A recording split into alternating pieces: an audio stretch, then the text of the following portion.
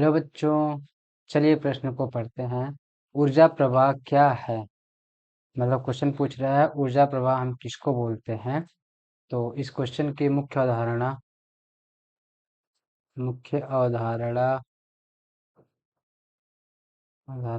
क्या है कि ऊर्जा का प्रवाह ऊर्जा का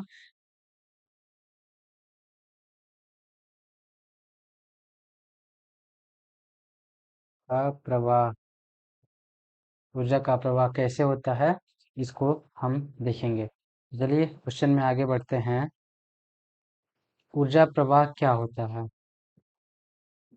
ऊर्जा प्रवाह क्या होता है कि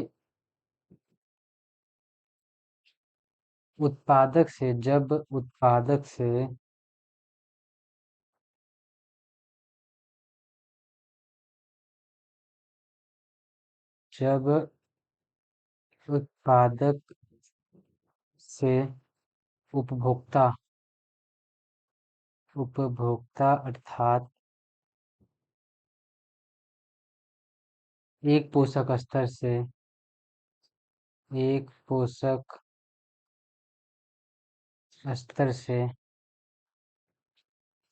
दूसरे पोषक स्तर दूसरे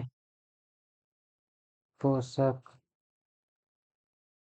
स्तर में क्रमागत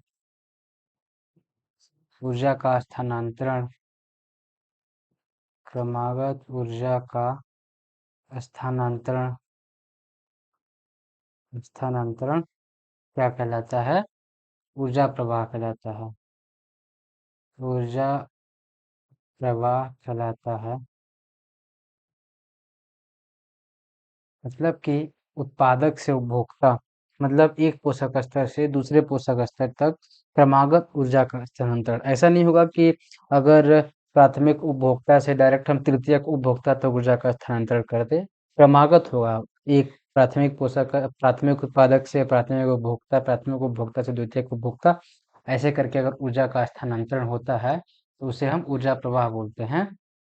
अब ये ऊर्जा का स्थानांतरण जो होगा वो पूरा तो होगा नहीं कि अगर कोई जीव अगर 100% ऊर्जा को लिया तो वह 100% पूरा स्थानांतरण कर दे। तो उसमें क्या हुआ कि एक वैज्ञानिक थे जिनका नाम था लेडरमान। लेडरमान ने क्या किया था कि 10% का नियम दिया था नियम दिया था। और वो नियम क्या है कि जब एक पोषक स्तर से उन्होंने क्या लीडरमैन ने क्या क्या था कि 10% का नियम दिया था ऊर्जा का। तो उन्होंने बोला क्या था कि एक पोषक स्तर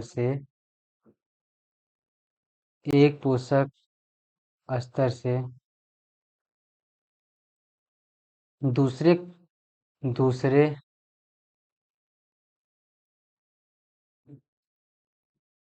एक पोषक स्तर से दूसरे क्रमागत पोषक स्तर में दूसरे क्रमागत पोषक स्तर में केवल 10% ऊर्जा ही 10% ऊर्जा का ही प्रवाह होता है प्रवाह होता है। शेष 90% ऊर्जा उस स्तर के उस स्तर के उस स्तर मतलब पोषक स्तर के जीव अपने श्वसन एवं श्वसन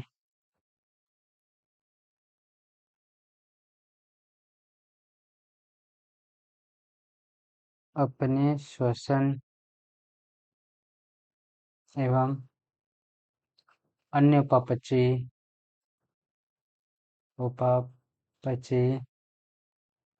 क्रियाओं में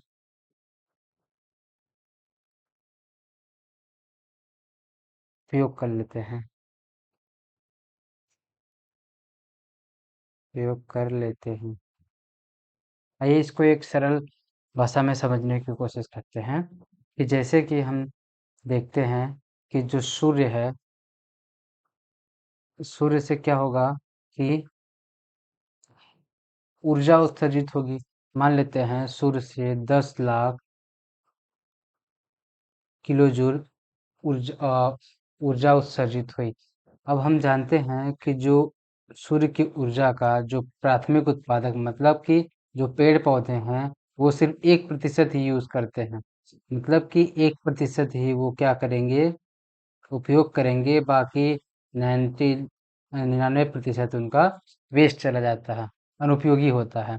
तो जो ये कौन है, ये प्राथमिक उत्पादक होंगे। कौन होंगे ये? प्राथमिक उत्पादक। ये क्या करेंगे कि 1% सूर्य की ऊर्जा का यूज करेंगे, उपयोग करेंगे, जो कि कितना होगा, 10 लाख का 1% कितना होगा, ये होगा कितना, 10,000, 10,000 किलो जूल।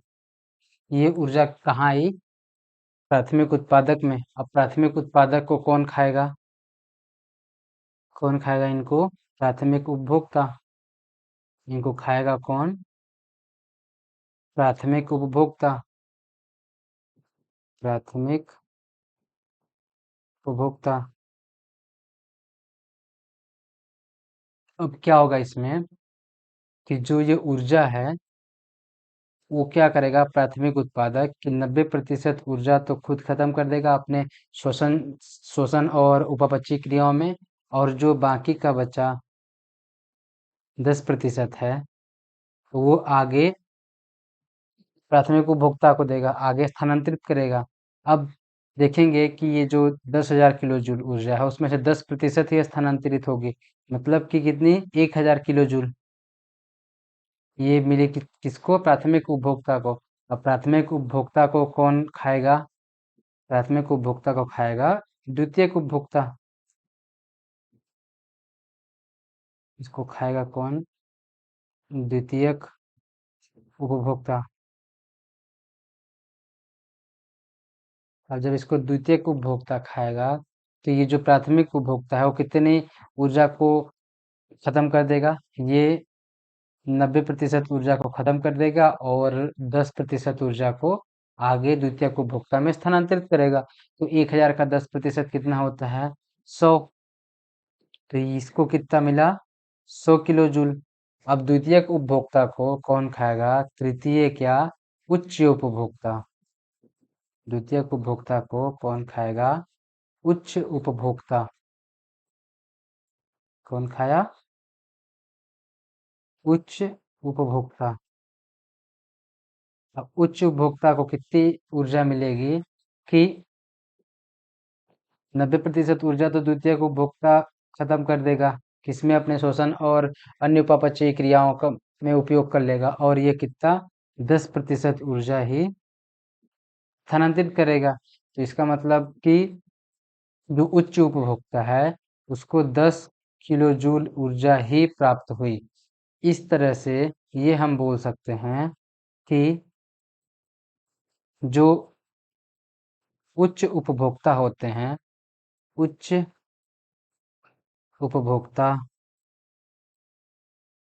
क्या होता है, पारिस्थितिक रूप से,